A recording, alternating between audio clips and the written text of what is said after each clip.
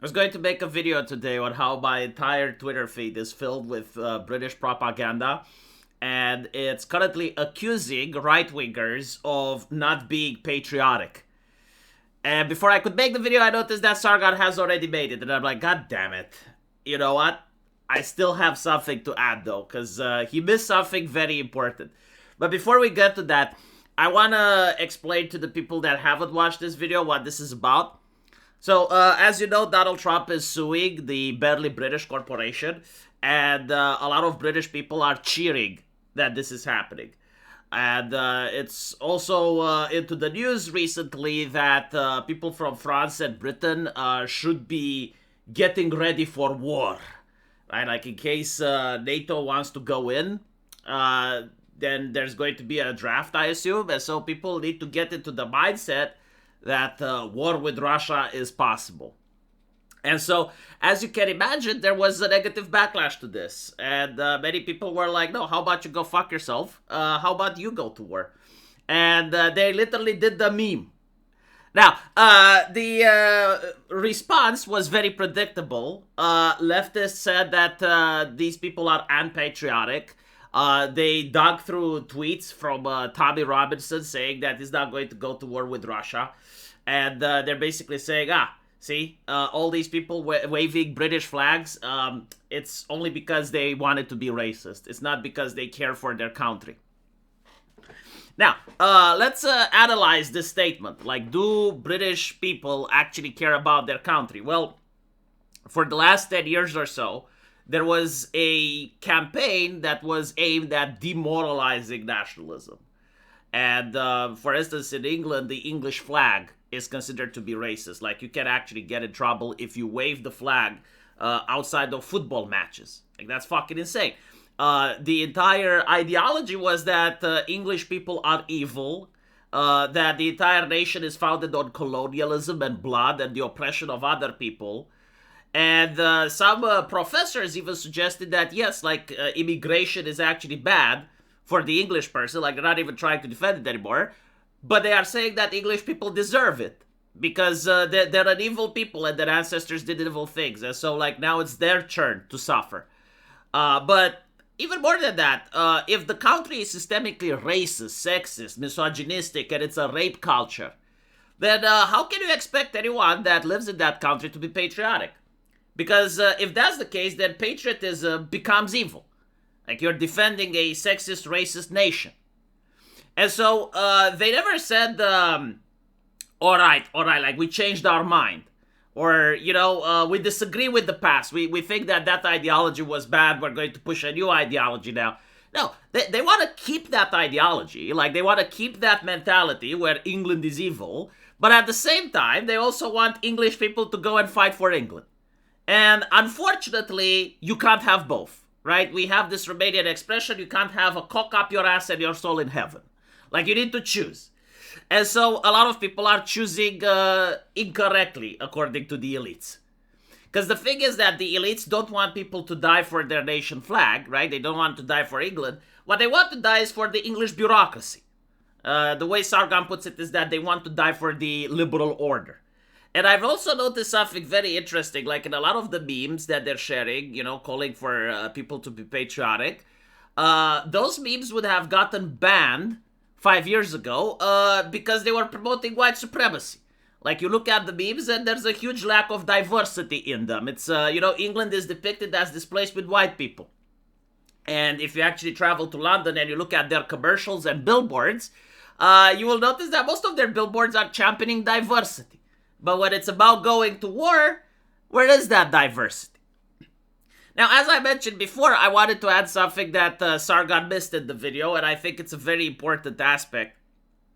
And I believe, like, it will manage to hammer the point through, whether or not people that are fighting against the current establishment are patriotic. Was Robin Hood a person that wasn't patriotic? Because let's see what Robin Hood was doing. He was against King John. He was against the sheriff. He was actively sabotaging the nation state's ability to collect taxes. He was inciting rebellion amongst the peasantry. And the reason he was doing it is because he viewed the government of King John to be illegitimate. And he wasn't like fighting for France, right? Like he didn't want King Philip to invade England. He wanted the what he considered the rightful rule, King Richard, to return. Now, from my understanding, like King Richard spoke French, right? So was Robin Hood working for foreign interests? But more importantly, let's look at the Robin Hood story. Let's say that I mean, this isn't in the books, but like, let's say that King Philip of France managed to humiliate King John in a symbolic manner, like not actually conquer England, not destroy English institutions, but like he would manage to humiliate King John at a diplomatic meeting, or he would manage to humiliate the sheriff or something like that. Do you believe that Robin Hood wouldn't have laughed? Like, do you believe that Robin Hood wouldn't take joy in the fact that the King of France has humiliated King John? And I think, like, he would. I mean, again, it depends on the humiliation, and it depends, like, if England as a whole, or more importantly, the English people suffer. But if it's just, like, a symbolic humiliation, yeah, I think that Robin Hood would even help orchestrate it if he could. And I don't think that would make him less of a patriot. Because why is this happening, right? Like, why is Robin Hood against King John? Why is Sargon not supporting the liberal order and whatnot? It's because, as I made in a previous video, all of this is a question about legitimacy.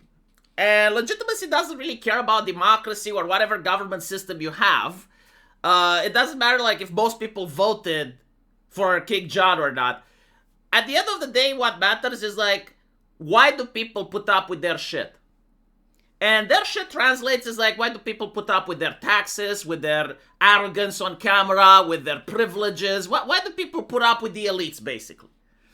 And when people don't have an answer to this, that's when you lose legitimacy. Now, losing legitimacy doesn't necessarily mean that people will riot. What it can mean is that you're going to get malicious compliance. And malicious compliance can be literally this. Like, they can rub it in your face whenever the elites are taking an L. And it doesn't matter if the L comes from the United States or if the L comes from Russia or the L comes... Like, as long as the L comes, the fact that people are now doing malicious compliance, they're going to cheat it. And they're going to demoralize them. And so, like, let's see why there is a loss of legitimacy in the UK. Well, for instance, the BBC has been advertised as the television of the people. And the idea is that it's not a for-profit entity. The idea is that it's going to be publicly funded. So, like, people pay money for it in order to get objective news. Well, currently it's being sued because it lied to the people. So it's losing legitimacy. Another example is when the BBC during Brexit, or on many occasions, they constantly pushed biased narratives that went against the polls of the people. Like, for instance, during Brexit, they didn't represent the people that wanted Brexit. And as we saw, like, Brexit was actually the majority decision. Now, it doesn't mean that the BBC should, like, constantly represent the biggest talking point and ignore all others. It's like, no, but they would need to have at least, like, 40% talk shows that promote Brexit, and then 40% of talk shows that are against Brexit, and then maybe 20% of shows where they have debates. Like, that would be a normal thing, right? Given the fact that the public is funding them. They should have coverage for Trump and coverage against Trump and coverage that has debates on both sides. They don't do that. And so, why do people put up with their shit? Well, they stop putting up with their shit, right? Translation, why do people pay the BBC license? I mean, they can force people to pay it, right? They can threaten, they can get people to pay it, but they will get malicious compliance. They will get people cheering when someone is finally cracking down on the BBC because the BBC is not giving what it promised it will give. And that is fair coverage to the news. And finally, regarding the British government as a whole, well, life is actually worse for British people than it was 10 years ago by all metrics. I mean, seriously, how many British people can say, yeah, you know, I actually live better now in 2025 than I used to live in 2015? The prices are up. The price for electricity is up. The gas prices are up, taxes are up, crime is up. Like literally every single thing, right, is worse now than it used to be. And the government just refuses any type of negotiation. Instead, what they're doing is cracking down on people and offering more censorship. And that's a loss of legitimacy. Now, I heard people complain and saying, "Oh well, if you actually say this, then you're with the Russians." It's like, how does that even make sense? Like now, apparently, being with the Russians is the new racist. Like, don't get me wrong, as an Eastern European, I don't want people to be with the Russians, but at the same time, I don't want the definition to be diluted to the point where someone complains about the price of bread, he's with the Russians. And we're talking about England now, right? We're not talking about Poland. I mean, give me a break. And also, I don't even know if this ideology will stick. People in Eastern Europe, they definitely dislike the Russian government for historical reasons. But people in England, I don't think they give a shit. I mean, maybe they do in some theory, but when your government is promoting socialism, the only reason that British people may dislike Russia, historically speaking, is due to the Cold War. But they dislike Russia due to the Cold War because of communism.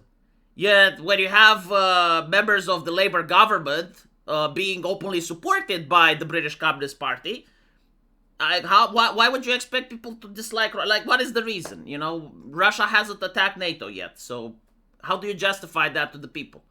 I'm just saying, like, they have really poor propagandists. Like, you need to counter the propaganda in order for the average person to give a fuck.